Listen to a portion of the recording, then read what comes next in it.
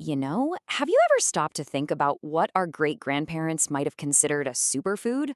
Well, we stumbled upon a fascinating old source that makes some absolutely wild claims about a fruit we see every day. So today, let's explore the humble orange, but through a completely different and, honestly, pretty surprising lens.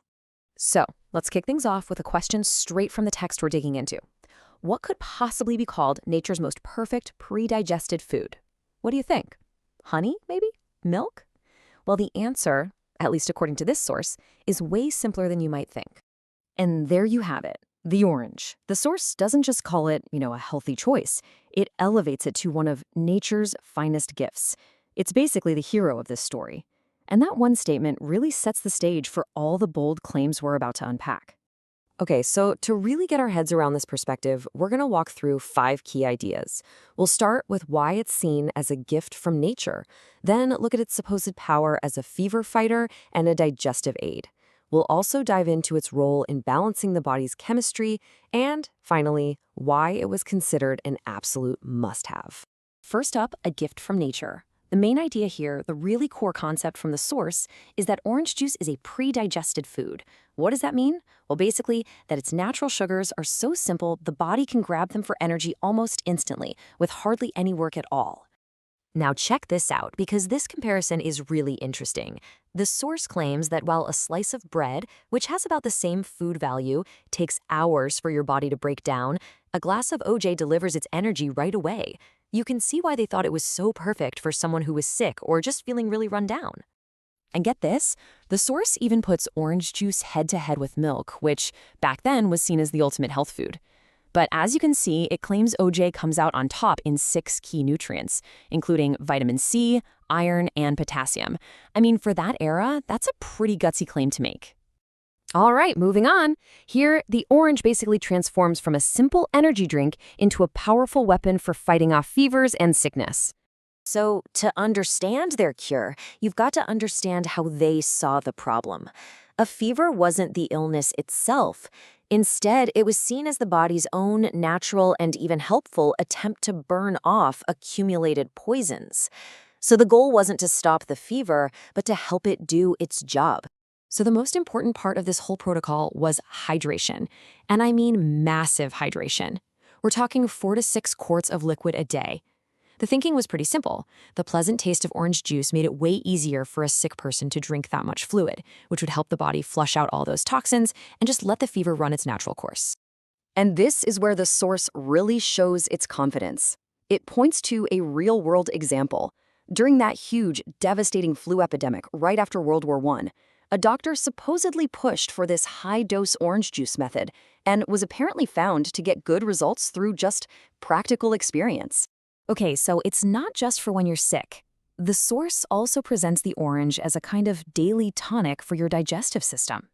Let's take a look at the specific claims about how it supposedly works. The argument goes like this: that special combination of acid and sugar in an orange directly stimulates the glands in your stomach and even has a general stimulating effect on the colon. And because of that, the text recommends drinking it about an hour before breakfast, almost like a way to wake up your entire digestive system for the day. All right, next up is a concept that might sound a little weird to us today. It's this idea of the body's acid balance and a condition the source calls acidosis. So what in the world is acidosis, according to this source?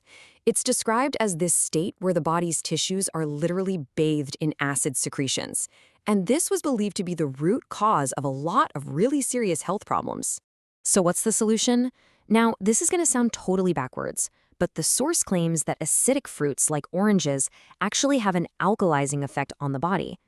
The idea is that once they're metabolized, their organic acids are gone, and what's left behind are alkaline minerals that fight back against that acidic state. And we're not just talking about general wellness here. The source gets very specific, claiming these alkaline salts would be a great benefit for some pretty serious diseases at that time, including scurvy, which of course we now know is from a vitamin C deficiency, but also things like neuritis and anemia. And finally, all of this builds up to a really powerful conclusion, that orange juice isn't just helpful, it's essential, especially for the most vulnerable among us. I mean, this quote really says it all. The word choice here is so incredibly strong. Indispensable. Not just good for them or recommended, but an absolute, non-negotiable necessity for babies who aren't breastfed. So why was it considered so critical?